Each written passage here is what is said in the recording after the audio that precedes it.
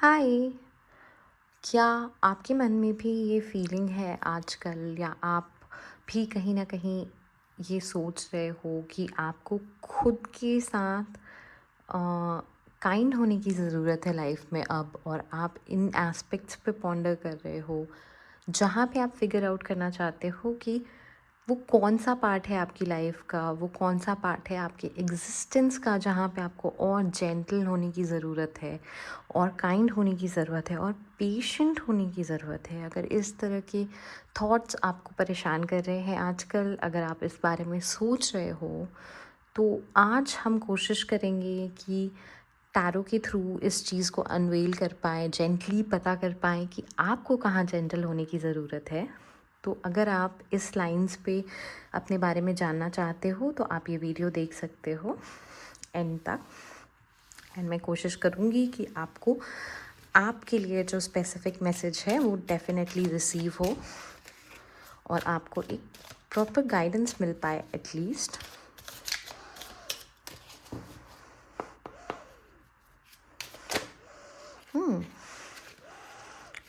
कोई एक rushed card है, तो इसको हम इग्नोर नहीं करेंगे। यहाँ पे हाई प्रीस्टेस है, पर हम अपने बाकी कार्ड्स भी देखते हैं।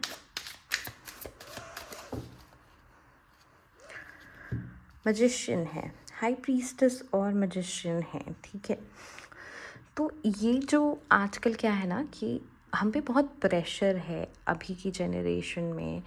हम पे बहुत ज़्यादा प्रेशर है करंट लाइफ में, करंट सिचुएशन में, कि हमें बहुत ही ज़्यादा करेक्ट रहना है। सिविक सेंस के मामले में करेक्ट रहना है, पॉलिटिकली करेक्ट रहना है, सेंटिमेंटली करेक्ट रहना है, इमोशनली करेक्ट रहना है, स्पिरिचुअली करेक्ट रहना है, रिलीजियसली करेक्ट रहना है। और ये जो फीलिंग्स है ना, ये एक टर्ब्यूलेंस क्रिएट करती हैं। तो वो जो टर्ब्यूलेंस है वो कभी कभी बहुत ज़्यादा हैवी हो जाता है हमारे लिए। और ये चीज़ आपकी केस में 100% दिखाई दे रही है कि कहीं ना कहीं वो हमेशा करेक्ट रहने की जो टेंडेंसी है, या वो जो एक बोझ है, एक बर्डन है सोसाइटी का, कि आपको ये भी सही करना है, आपको वो भी सही करना है, कॉन्शियसली और अनकॉन्शियसली और सबकॉन्शियसली स्मार्ट रहना है, फंक्शनल रहना है, हाई वाइब्रेशनल रहना है। वैसे हाई वाइब्रेशन कोई अप्रिसिएशन की बात नहीं, और लो वाइब्रेशन कोई बुरी चीज़ नहीं है।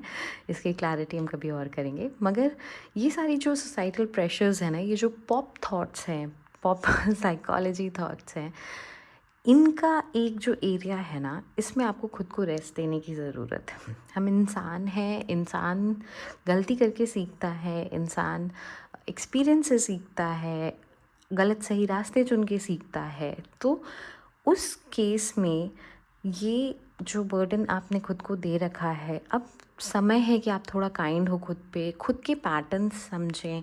आप जो चीज़ सर्टेन वे से करते हो उसको फिगर आउट करें कि क्यों करते हैं, उसका रूट कहाँ है। जब जाके आपको समझ आएगी कि कई बार जो सोसाइटी हमसे एक्सपेक्ट कर रही है वो एक्चुअली सही नहीं है। कहीं ना कहीं हमें बेस्ट पता है कि हमें अपने लिए क्या रिक्वायरमेंट है। तो अपने ऊपर से थोड़ा सा बर्डन हटाने की ज़रूरत है इस टाइम पे आपको। मैजिशियन है यहाँ पे, जो कि क्रिएशन की तरफ आपकी जो जो लीनिंग है, जो आपका झुकाव है, उधर इंडिकेट करता है। यानी कि आपके अंदर ये कांस्टेंट अर्ज है, और मुझे लगता है कि कहीं ना कहीं ये भी सोसाइटी के बर्डन से स्टेम होती है, कि हमेशा कुछ नया करना है, कुछ प्रोग्रेस करना है, कुछ थ्रिल होना चाहिए, कुछ क्रिएशन होना चाहिए, कुछ बनाना है, कुछ बिल्कुल यूनिक करना है, सबसे हट के करना है, फ्लो से डिफरेंट जाके करना है, आउट ऑफ द बॉक्स करना है। ये सारी जो फीलिंग्स है ना, कई बार ये फीलिंग्स भी स्मॉदरिंग हो जाती है, क्योंकि ये हमेशा पॉसिबल नहीं है। रियलिस्टिक टर्म्स पे अगर हम बातचीत करें तो ये बिल्कुल भी पॉसिबल नहीं है कि आप हमेशा ऐसा कुछ कर पाओ। लेकिन इसका जो बर्डन है, अगर एक बार आपने उठा लिया, तो वो हमेशा आपके सर पे एक बोझ बन के बैठ जाता है।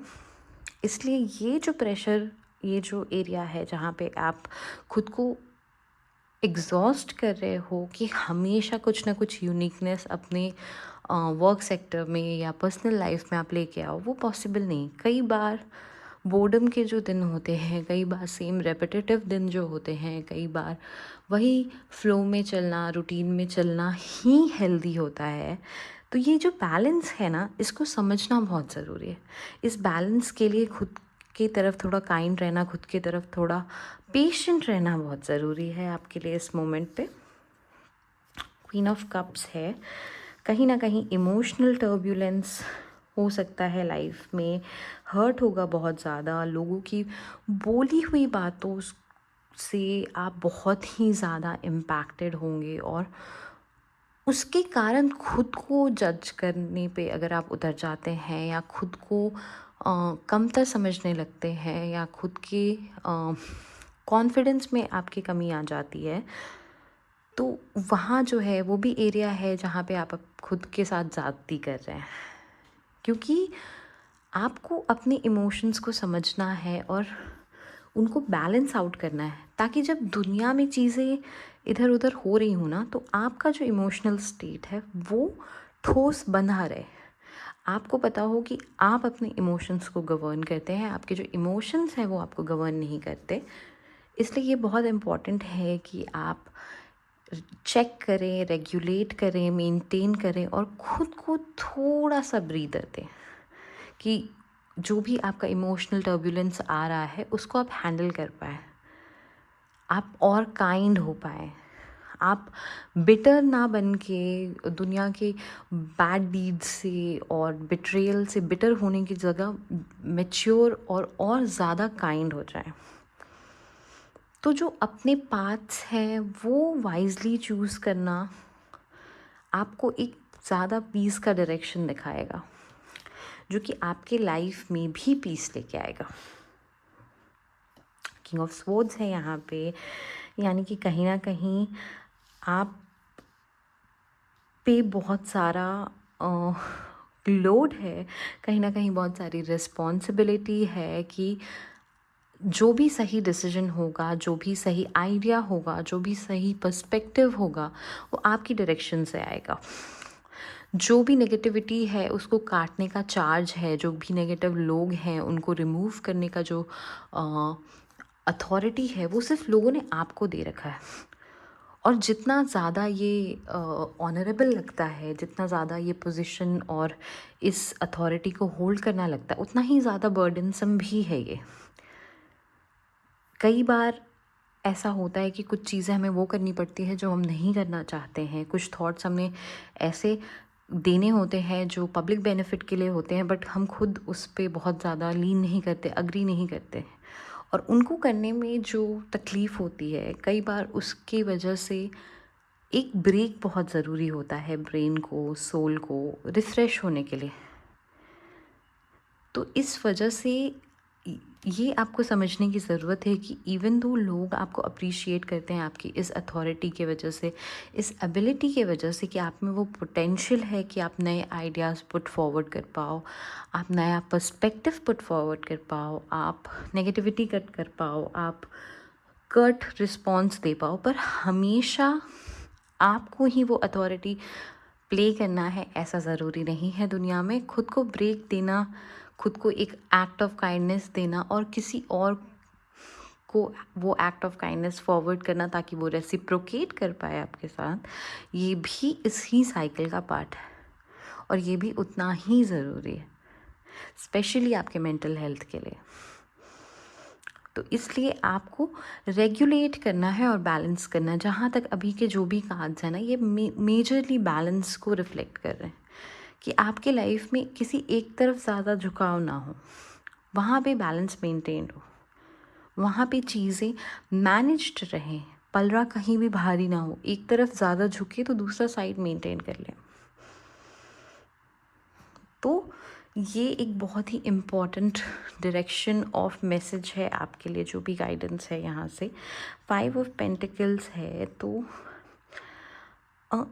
आपको खुद को फोर्स नहीं करना है जो भी सिचुएशन है उसको पास कराने के लिए। कई बार हमारी लाइफ में फेजेस आते हैं, दुख दर्द आता है, सिचुएशंस आती हैं, लेकिन आप उससे फोर्स करके बाहर नहीं निकल सकते। आप खुद को फोर्स नहीं कर सकते जंप आउट करने के लिए उस सिचुएशन से। और लोग आपको बोलेंगे कि अरे आप, तुम्हारे सामने रास्ता है, तुम्हारे आसपास सल्यूशन है, तुम देख नहीं रहे हो, तुम दिमाग नहीं लगा रहे हो सकता है कि सल्यूशन आपके आसपास हो और इवेंचुअली जब वक्त आएगा, जब वो सल्यूशन आपसे अलाइन होना होगा, वो खुद ब खुद हो जाएगा। तो उसकी वजह से खुद को अंडर एस्टिमेट करना, खुद को बिलिटल करना, ये गलत है। अगर मैंने एक के ड्रामा देखा था actually, doctor slump, I don't know, पता नहीं कितने लोगों ने देखा है, पर मैंने एक के ड्रामा देखा था जिसमें वहाँ पे एक बहुत ही अच्छा डायलॉग था। अब मैं प्रॉपरली डायलॉग तो मुझे याद नहीं है, but it goes somewhat like कि अगर हम रॉक बॉटम पे हैं तो क्यों ना उस मोमेंट को इन्जॉय कर ले, वहाँ पे थोड़ा रेस्ट कर ले, अपने मन की कर ले। क्योंकि रॉक बॉटम से जब उठना शुरू करेंगे तो फिर तो वो एक लंबी जर्नी है, फिर तो वो एक बिना रुके आगे बढ़ने वाली जर्नी है, जो कि एक टायरसम जर्नी है जिसमें बहुत एफ़र्ट डालना है। तो अगर आपको भी ऐसा लगता है कि आप रॉक बॉटम पे हो, बिल्कुल ही सब चीज़ें बेकार हैं, तो रुको, इन्जॉय करो, थोड़ा हंसो, और जब वो स्पिरिट आप रीगेन कर लो जो आपको मदद करे दोबारा हिम्मत करने में कि ऊपर उठना है, तो फिर आप वहाँ से अपनी जर्नी चालू कर सकते हैं afresh. Back of the card देखते हैं जो कि 4 ऑफ कप्स है। तो मिस्ड अपॉर्चुनिटीज़ के पीछे ज़्यादा रिग्रेट लेके नहीं बैठना है आपको। खुद को ब्लेम नहीं करना है कि ये अपॉर्चुनिटी मिस हो गई, वो अपॉर्चुनिटी मिस हो गई, उस समय सोच लिया होता तो। जो आपके लिए बनी अपॉर्चुनिटी है वो एनी हाउ आप तक आएगी, वो मिस नहीं हो सकती।